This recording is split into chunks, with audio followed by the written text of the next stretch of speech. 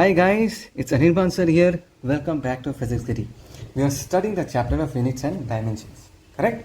और आज का वीडियो स्टार्ट करने के पहले एक बार हमने पिछले वीडियोस में क्या सीखा तो उसको रिवाइज कर लेते हैं, राइट? सबसे पहले दुनिया में ऐसे बहुत सारी चीज़ें हैं जिनको हम मेजर कर सकते हैं, उनको हम बुलाते हैं फिजिकल क्वांटिटीज़। इतने सारे फिजिकल क्वांटिटीज़ में से कुछ ऐसे फिजिकल क्वांटिटीज़ होते हैं जिनका खुद का डेफिनेशन होता है।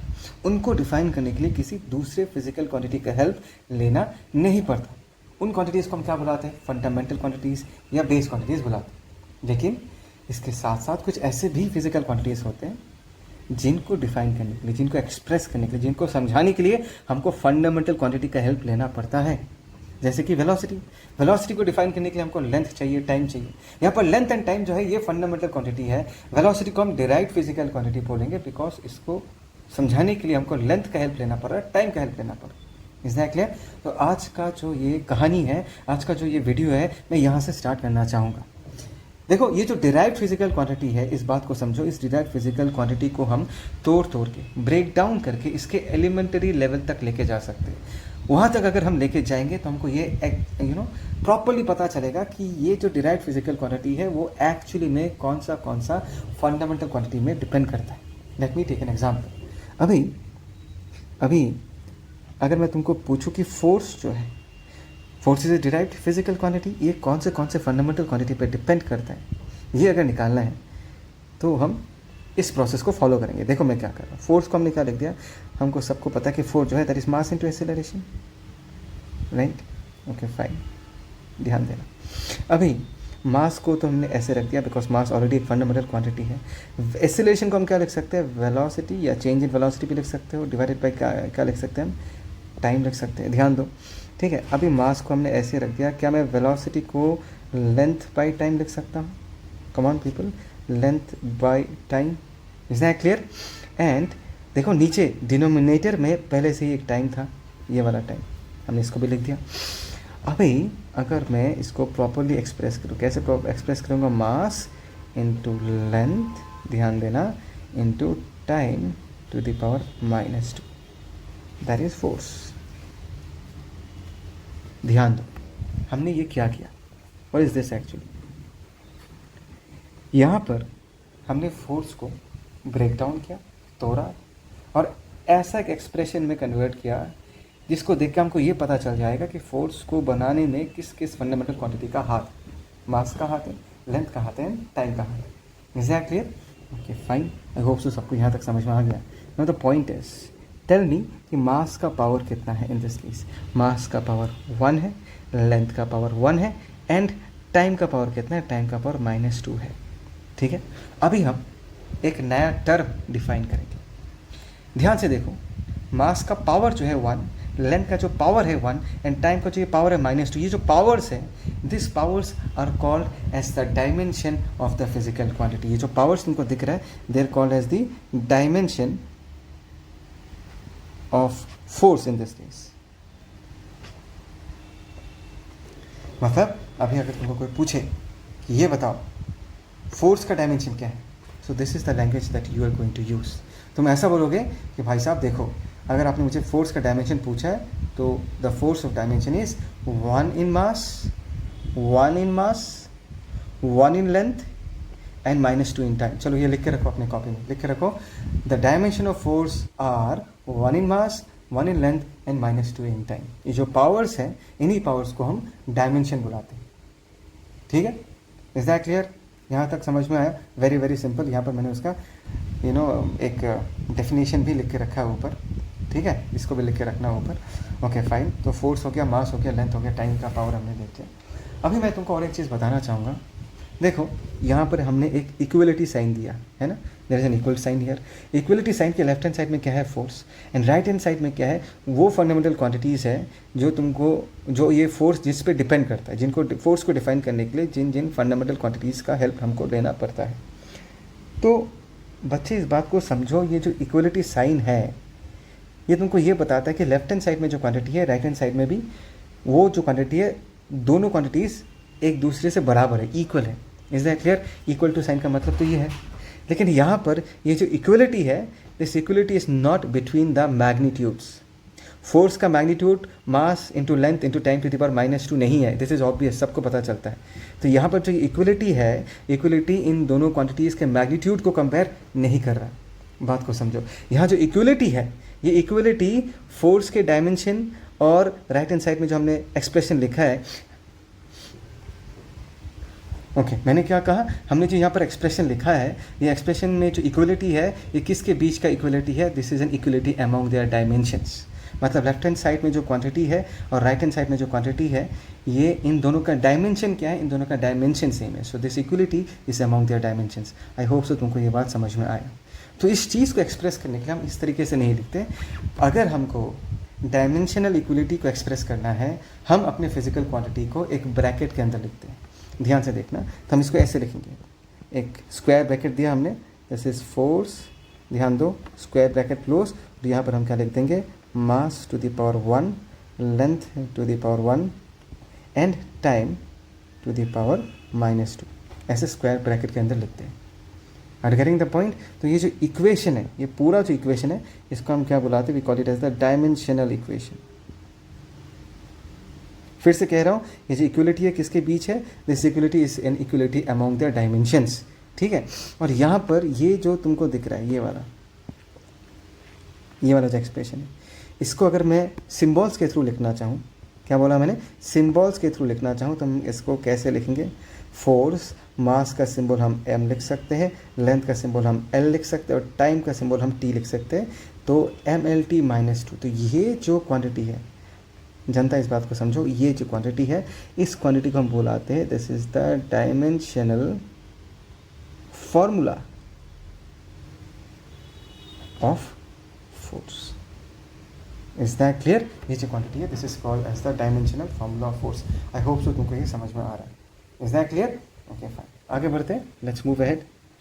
जैसे कि देखो यहाँ पर बहुत बढ़िया से मैंने लिख के रखा है, for convenience the fundamental quantities are represented by one letter symbol. जैसे कि मास को m से रिप्रेजेंट करते हैं, लेंथ को l से रिप्रेजेंट करते हैं, टेम्परेचर को t से, टेम्परेचर को k से, अमाउंट ऑफ सब्सटेंस को मोल से रिप्रेजेंट करते हैं, है ना। लुमिनस इंटेंसिटी को cd से रिप्रेजेंट करते हैं, ये मैंने पहले भी तुम लोगों को बताया है।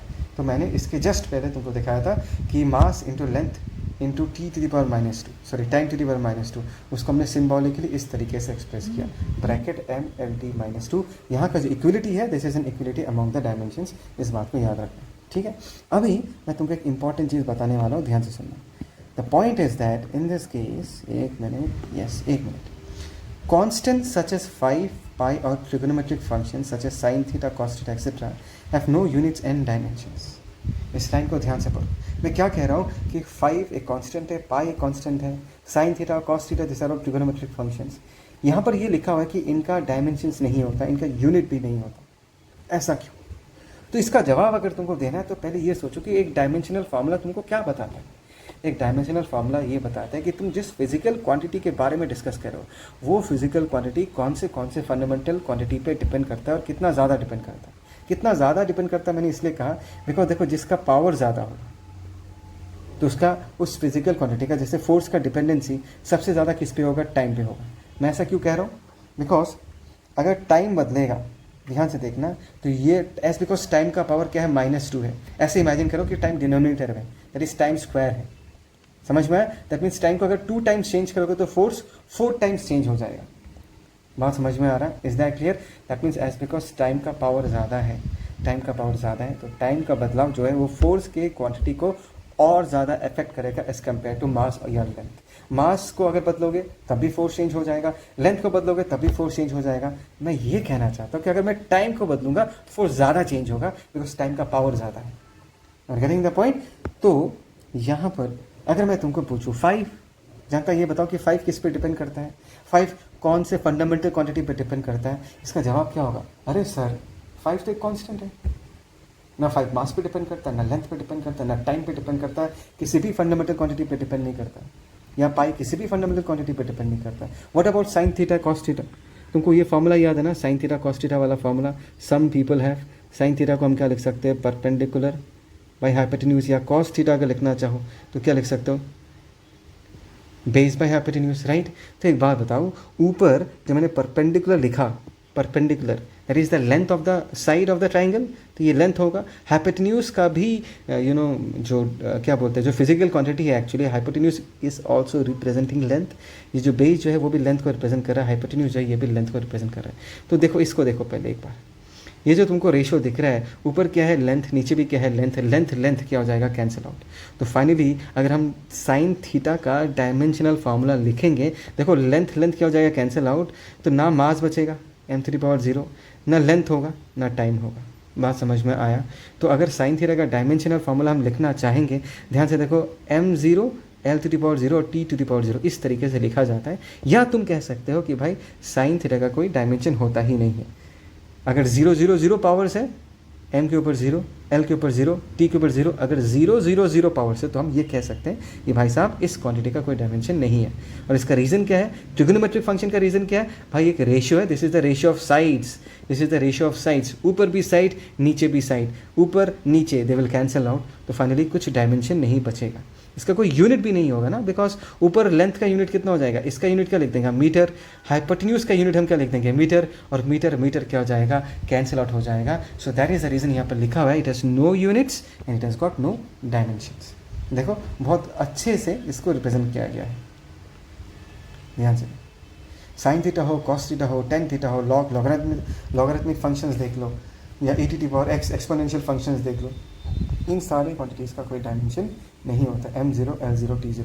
लॉग और एक्सपोनेंशियल फंक्शन के बारे में अभी मैं बात नहीं करूँगा, बट ये सारे जो है लॉग का वैल्यू अगर पुट करोगे, अगर तुमने लॉग स्टडी किया है, x का वैल्यू अगर पुट करोगे तुमको एक कॉन्स्टेंट मिलेगा। यहाँ पर जो x दिख रहा है, यहाँ पर e⁻x, इस x में अगर तुम कुछ वैल्यू पुट करोगे तो तुमको एक कॉन्स्टेंट वैल्यू मिलेगा। और हमने क्या सीखा है, कॉन्स्टेंट का डायमेंशन नहीं होता, राइट। सेकेंडली देखो, let us talk about ratios. Ratios के बारे में एक बार डिस्कस करते हैं। रेशियोज के केस में क्या है, let me take the example of a ratio, relative density. क्या है रेशियो, रिलेटिव डेंसिटी। याद करो रिलेटिव डेंसिटी का फॉर्मूला क्या था, अगर नहीं पता तो मैंने यहाँ पर लिख के दिया है। ऊपर न्यूमरेटर में क्या आएगा, ध्यान दो, that is density of object divided by density of water. बात को समझो, we are talking about relative density, ठीक है। ऊपर क्या है, ऊपर है डेंसिटी ऑफ द ऑब्जेक्ट। एक मिनट भाई साहब, रो से लिखता हूँ डेंसिटी को, डेंसिटी ऑफ द ऑब्जेक्ट। और नीचे क्या है, that is density of water at 4 degree Celsius. तो क्या दिख रहा है जनता तुमको, न्यूमरेटर में कौन सा फिजिकल क्वांटिटी है, डेंसिटी। डिनोमिनेटर में कौन सा फिजिकल क्वांटिटी है, डेंसिटी। तो ऊपर नीचे सेम फिजिकल क्वांटिटी है, तो अभी अगर मैं डायमेंशन लिखना चाहूँ तो ऊपर जैसा डायमेंशन आएगा नीचे भी तो वैसा ही डायमेंशन आएगा। एंड बेसिकली ऊपर वाला डायमेंशनल फार्मूला और नीचे वाला dimensional formula they will basically cancel out, और डायमेंशन कुछ बचेगा नहीं। m का पावर 0 आएगा, l का पावर 0 आएगा, और t का पावर भी 0 ही आएगा, राइट। तो एक रेशियो का कोई डायमेंशन नहीं होता, कोई यूनिट भी नहीं होता, बिकॉज ऊपर डेंसिटी का जो भी यूनिट लिखोगे kg/m³, नीचे जो है वैसा ही तो यूनिट आएगा kg/m³, they will cancel out. तो इसका ना डायमेंशन है ना यूनिट, राइट। और एक एग्जांपल क्या है, रिफ्रैक्टिव इंडेक्स। आई होप सो ये तो तुमने सुना होगा, रिफ्रैक्टिव इंडेक्स। ऊपर हम क्या लिखते हैं, velocity of light in air, और डिनोमिनेटर में हम क्या लिखते हैं, velocity of light in medium. ऊपर भी वेलोसिटी, नीचे भी वेलोसिटी, ऊपर जो डायमेंशन आएगा नीचे भी वही डायमेंशन आएगा, and they will cancel out. और इसके पास कोई डायमेंशन होगा नहीं, ऊपर वेलोसिटी का यूनिट, नीचे भी वेलोसिटी का unit, the units will cancel out, इसका कोई यूनिट भी नहीं होगा। Is that clear? क्या तुम लोगों को ये बात समझ में आ रहा है, राइट? आई होप सो तुम लोगों को समझ में आ रहा है। Any doubt please feel free to comment, ठीक है। और अभी मैं ना एक एक्सेप्शन के बारे में डिस्कस करना चाहूँगा, वन एक्सेप्शन। एंगल जो है ये लेकिन एक एक्सेप्शन है। देखो एंगल का डेफिनेशन क्या है, angle is defined as arc by radius. ये तो सुना होगा तुमने, arc by radius. Arc length वाला फिजिकल क्वांटिटी है या नहीं? आर्क भी तो एक लेंथ वाला फिजिकल क्वांटिटी है। रेडियस क्या है भाई साहब, रेडियस भी तो एक लेंथ वाला फिजिकल क्वांटिटी है। तो वही तो लॉजिक बना, ऊपर भी लेंथ नीचे भी लेंथ, तो ऊपर जो डायमेंशन आएगा लेंथ का डायमेंशन, नीचे भी लेंथ का डायमेंशन आएगा, आर्क का लेंथ का डायमेंशन आएगा, रेडियस का भी लेंथ का डायमेंशन आएगा, and they will cancel out, it will have no dimension. So अगर किसी का डायमेंशन नहीं है, ऊपर जो यूनिट आएगा नीचे भी वही यूनिट आएगा, ऐसे मैंने कहा था पहले भी, और मैंने क्या कहा था, दे विल कैंसिल आउट। लेकिन यहाँ पर एक एक्सेप्शन है कि यस, ऊपर भी लेंथ का यूनिट आएगा, दैट इज मीटर, रेडियस का भी यूनिट मीटर होगा, दे विल कैंसिल आउट। लेकिन एंगल के लिए एक स्पेशल यूनिट एक नाम दिया गया है, दैट इज़ डिग्री और रेडियंस। समझ में आया? इवन दो एंगल का कोई डायमेंशन नहीं होता, याद रखना, इस पर क्वेश्चन पूछा जाता है। इवन दो एंगल का डायमेंशन नहीं होता, एक एक्सेप्शन है, इस एंगल को एक यूनिट दिया गया है और उसको हम क्या बुलाते हैं? डिग्री बुलाते हैं या रेडियन बुलाते हैं। और गेटिंग द पॉइंट, यही एक एक्सेप्शन है, हमेशा याद रखना। कभी कभी क्वेश्चन में पूछा जाता है कि क्या ऐसा हो सकता है कि किसी क्वांटिटी का डायमेंशन नहीं है लेकिन यूनिट है? The answer is yes, and the answer is angle. Angle has got no dimension but it has got unit, that is either degree और रेडियन। राइट? आ गया ना समझ में? ओके पीपल, अभी हम कुछ फिजिकल क्वांटिटीज़ का डायमेंशनल फार्मूला डिराइव करके देखें। ठीक है? सिंपल है, बहुत ही सिंपल है, जस्ट स्टे विथ मी। ठीक है? सबसे पहला बारी कौन है? वेलोसिटी या स्पीड, राइट? दोनों का फार्मूला। वेलोसिटी के केस में क्या होगा? Displacement by time, right? चलो मैं वेलोसिटी के लिए ही करता हूँ डिस्प्लेसमेंट बाय टाइम, और अगर स्पीड होता तो डिस्प्लेसमेंट पुट नहीं करते, हम लिखते स्पीड डिस्टेंस बाय टाइम लिख देते, राइट? लेकिन दोनों केसेस में अगर मैं डिस्प्लेसमेंट एक्चुअली लेंथ वाला फिजिकल क्वांटिटी है एंड टाइम तो ऑलरेडी एक फंडामेंटल क्वांटिटी है ही, तो वेलोसिटी कौन से फंडामेंटल क्वांटिटी पे डिपेंड करता है? लेंथ पे डिपेंड करता है, टाइम पे डिपेंड करता है, मास पे डिपेंड नहीं करता।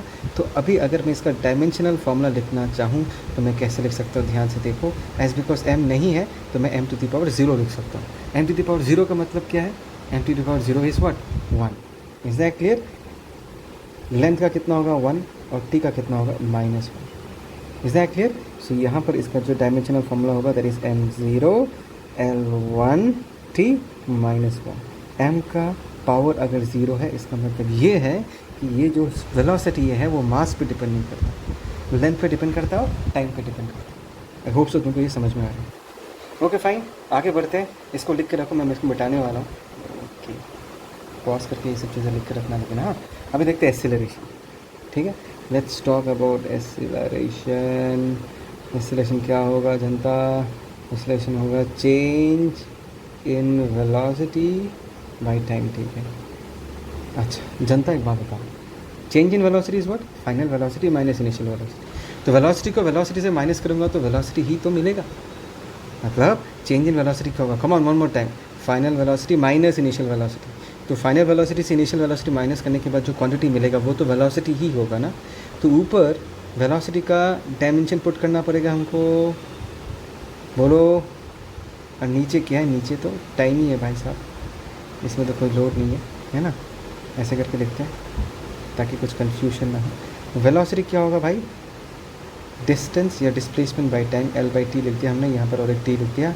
अगर इसको ढंग से लिखना चाहे, मास इस बार भी नहीं है तो m0 L वैसा ही रह जाएगा और ये T⁻² हो जाएगा, right? So this is the dimensional formula of acceleration, that is m0 L T-2। ठीक है, इज दैट क्लियर? समझ में? ओके, आगे बढ़ते हैं, इसको मिटा देते हैं। एक मिनट, जस्ट अ मिनट, इसको आओ, चले जाओ। ओके, ये चला गया। Let's talk about momentum. Momentum क्या होगा? कमाल पीपल, मोमेंटम का फॉर्मूला क्या है भाई? Mass into velocity. इसका डायमेंशनल फार्मूला निकालना है तो इनका डायमेंशंस के साथ डील करना पड़ेगा। तो डायमेंशंस ऑफ मास को हमने L लिख दिया, वेलोसिटी ऑलरेडी लिख चुके हैं।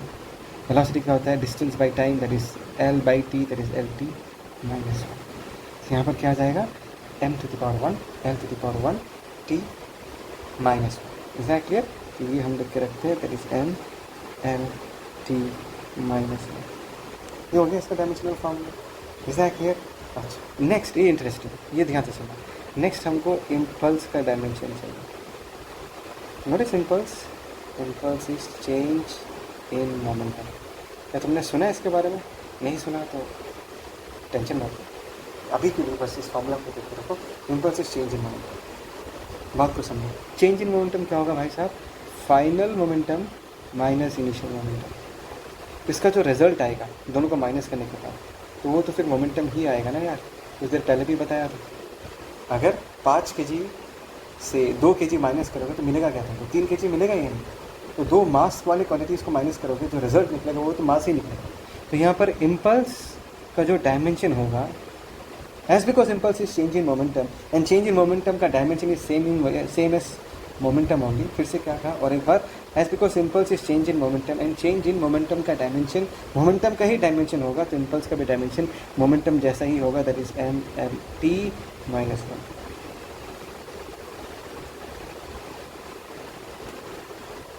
क्या बोलते, समझ में आ रहा है नहीं यार? फाइन, आगे बढ़ते हैं, इसको मिटाते हैं। सिंपल है यार, this is very very simple, ज़्यादा लोड नहीं रहने, आराम से पढ़ते हैं। अच्छा, नेक्स्ट हो गया प्रेशर। प्रेशर तो फॉर्मूला चाहिए तुमको, फॉर्मूला पता होना पड़ेगा यार डायमेंशनल फॉर्मूला लिखने के लिए। प्रेशर क्या होगा? फोर्स बाई एरिया, है ना? Force, not this is interesting, force को क्या लिख सकते हैं? Mass into acceleration. ये पहले भी कर चुके हैं, ठीक है, शॉर्ट में लिखता हूँ, and this is area.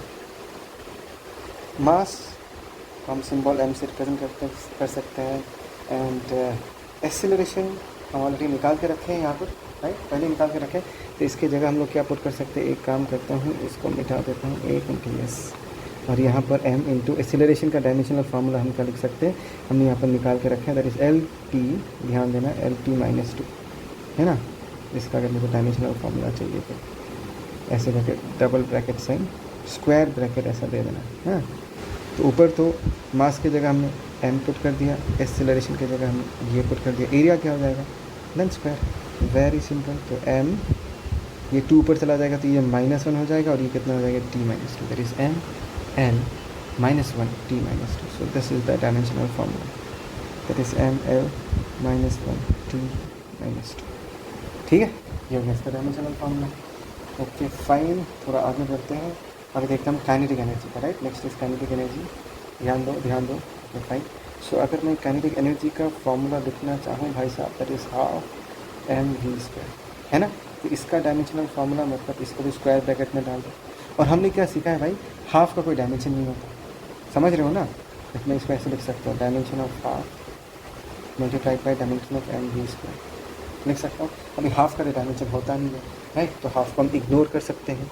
Half की जगह m0 l0 t0 आ जाएगा, तो वो नहीं लिखने से भी चलता है। Let's focus on this, M V square में फोकस करते हैं। मास का m हो जाएगा, तो वी स्क्वायर का कितना होगा? हम यहाँ से देख के अगर पुट करते हैं तो कितना आएगा? l स्क्वायर t माइनस 2, और ये हो जाएगा हमारा काइनेटिक एनर्जी का dimension, that is m l square t minus 2। समझ आ रहा है तुमको?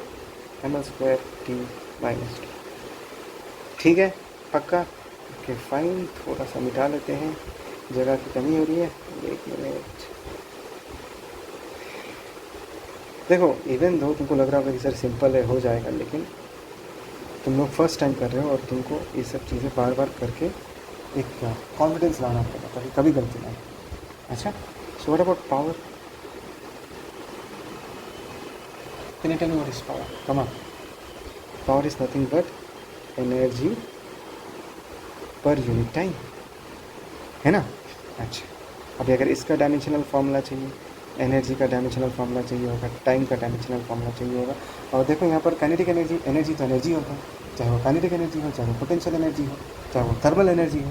तो डायमेंशन काइनेटिक हो, पोटेंशियल हो, थर्मल हो, कुछ भी हो, डायमेंशनल फार्मूला सेम रहेगा। तो यहाँ पर एनर्जी की जगह हम क्या लिख सकते हैं? That is M L square T minus 2, अभी डिराइव किया था हमने, राइट, उसी को ही यूज़ कर लेते हैं। नीचे क्या आ जाएगा? टाइम टी आ जाएगा, ठीक है, ये वाला फार्मूला यूज़ किया तो क्या आएगा? देखो एम है, एल स्क्वायर है, और टी कितना आ जाएगा? -3। Is that clear? M L square T minus 3, so this is M L square T minus 3। Fine. तो लास्ट का जो 3 है, density, gravitational constant and time period. Density and time period तो बहुत ही सिंपल है। ग्रेविटेशनल कांस्टेंट का dimension अगर चाहिए तो फॉर्मूला चाहिए, कौन सा फॉर्मूला होता है लिख के देता हूँ, that is G m1 into m2 divided by R square होता है। यहाँ से हम g को क्या लिख सकते हैं? g को लिख सकते हैं f into R square divided by m1 into m2। इसका डायमेंशनल फार्मूला चाहिए, तो इन सब का डायमेंशनल फार्मूला तो लिखना पड़ेगा, कैलकुलेट करना पड़ेगा, फिर निकाल सकते हैं। फोर्स का हमने ऑलरेडी निकाल के रखा है, आर स्क्वायर लेंथ स्क्वायर होगा, m1 m2 मतलब m स्क्वायर, राइट, ये तुम खुद से करना है, ठीक है? ओके।